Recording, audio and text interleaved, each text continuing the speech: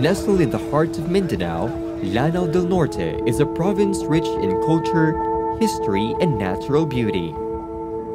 Yet beyond its picturesque landscapes lies a story of resilience, leadership, and transformation. At the helm of this transformation is Governor Imelda Anguing Quebranza Dimaporo, a visionary leader with a legacy that spans decades.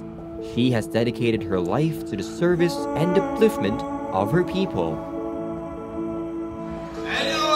Ladies and gentlemen, let's welcome our provincial governor, Governor Imelda Anguing Quebranza Dimaporo. So, actually, si Gob, parang ano niya, na-master niya yung art of yung holistic governance. Siya, di ba, ang ano natin, ako ma-amazed ako sa idea na we have 3 decision makers sa body natin, no? May sa brain, yung heart, at saka yung gut. So, ang ano ko, nakita ko yung tatlo sa kay Ma'am Anguing. With a deep understanding of the challenges faced by her province, Governor Dimaporo has implemented policies that foster inclusivity, economic growth, and sustainable development. Her leadership is not just about governance. It's about building a future where every citizen has the opportunity to thrive. One of Governor Imelda Anguing Quebranza Dimaporo's most significant contributions to Lanao del Norte is the Mindanao Civic Center. It was difficult building the MCC. There were obstacles, but because of the lobbying skills of my parents, especially my mother, she personally went to see President Erap Estrada. President Erap Estrada committed to complete the Mindanao Civic Center. And then it was an even bigger challenge for Gob Anguing to bring the Palarong Pambansa to the MCC. Nobody wanted to go to Lanao del Norte because yung mga taga Luzon, taga Visayos, takot sila. No? Even from other parts of Mindanao, they did not want to go to Lanao del Norte.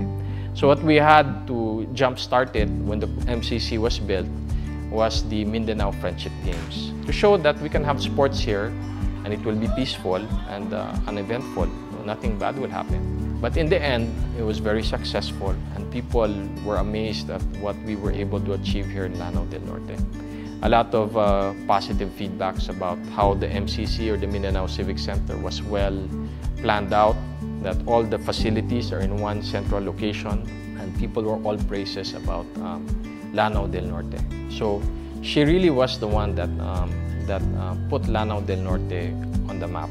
Tungod sa MCC, murag na ilhan ang Lanao del Norte sa tibok Pilipinas, no? Kay na po yung mga relationship nga nakuan po, no? Sa between na namong mga provinces, regions, within the nation.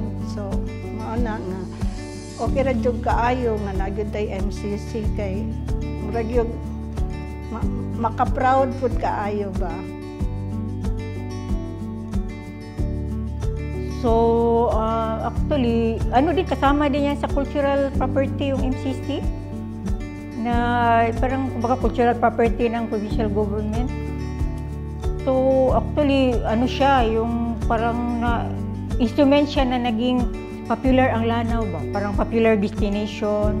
Kasi marami na, during that time, maraming mga PBA na, ano dito, mga PBA. Tapos big events, yung Mindanao Friendship Game, and then yung palaro, and then yung mga concert.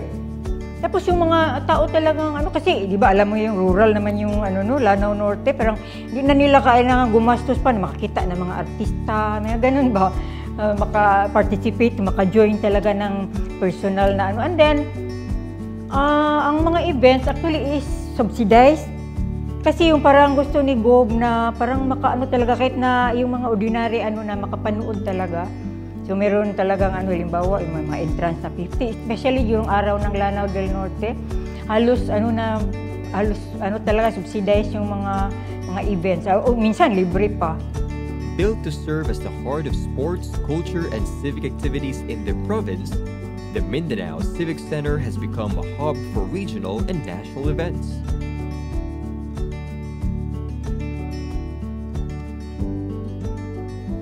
Another landmark achievement of Governor Di Mapuro's administration is the new building of the provincial capital of Lanao del Norte.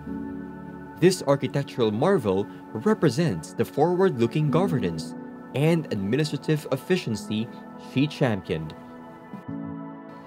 Alongside with the Mindanao Civic Center, Gov. Anguing was also able to get architect Manyosa to design the provincial capital. And the design of the provincial capital, if you look at it from bird's eye view, is supposed to be like the Moro Shield. The roof is the same shape as the Moro Shield. And she was building the capital, unlike the MCC, it was funded by the national government. The capital was funded by provincial funds. Kada tuig, every year, konti-konti lang, until it's finally completed. When it was finally completed, she was no longer the governor of Lanao del Norte. So it ended up being me. That was the first governor to sit in the office of the provincial governor in the provincial capital, built by our very dearest Governor Anguing Quebranza Di Maporo. With the kanang pag-akuanan ni Gov, nag-propose siya for kanang big building or a new capital building nga mag-house sa daghan kaayo nga mga opisina nga maka-accommodate pod og mas daghan na mga empleyado. So mauna karon nga dunay dako kayo nga new capitol building nga nag-house og sa legislative branch of the provincial government and the executive as well. Actually, yung mga works ni Manyosa is Architect Manyosa is part na of cultural heritage. So itong provincial capital is nasa list na ng mga national heritage. So parang kumbaga in terms of cultural property, marami na kaming cultural property. And then, yung, siya kasi, babae ba? Parang iba talaga yung, mapaganda talaga yung Capitol. So, one of the, talaga siya, attraction. Governor Di Maporo's focus on infrastructure development is not just about buildings. It's about creating spaces that facilitate growth, governance, and community engagement. The new provincial capital stands as a beacon of transparency, accessibility, and progress.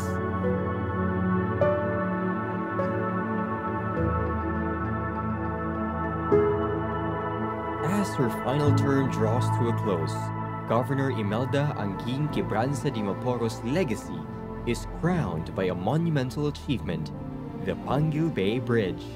With the completion of the Panguil Bay Bridge, ang economic activity gyud sa province Lanao del Norte, mura gyud siya maboost na, no? So with the tourism industry. Salamat kayo nga natuman ang pangando siyang amahan.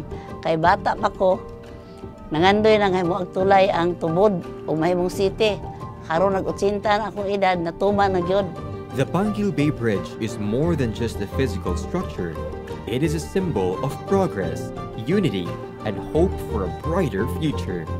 It encapsulates the essence of Governor Di Maporo's leadership, building bridges, not just between places, but between people and opportunities.